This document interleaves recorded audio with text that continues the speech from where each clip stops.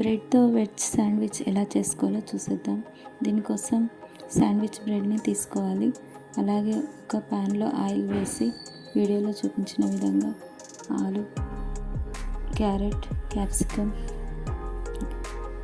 Tomato అలాగే ఆనియన్స్ని slices చేసి ప్యాన్ పెట్టి హీట్ అయ్యాక ఆయిల్ వేసి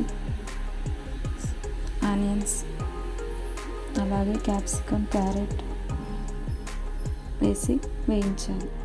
టమాటాలను కూడా వేయించాలి.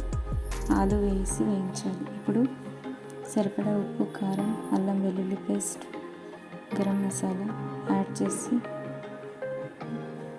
5 to 10 minutes తర్వాత స్టవ్ ఆఫ్ చేసి పక్కన పెట్టేయాలి. ఇప్పుడు బ్రెడ్ స్లైసెస్లో ఈ కర్రీని స్టఫ్ చేసి పైనుండి కొత్తిమీర లేదంటే చీజ్ స్లైసెస్ని కూడా యాడ్ చేసి ఇంకొక బ్రెడ్తో కవర్ చేసి వేరే ప్యాన్ మీద ఆయిల్ వేసి 2 వైపులా వేయించి సర్వ్ చేస్తే సరే, veg sandwich home made recipe ready.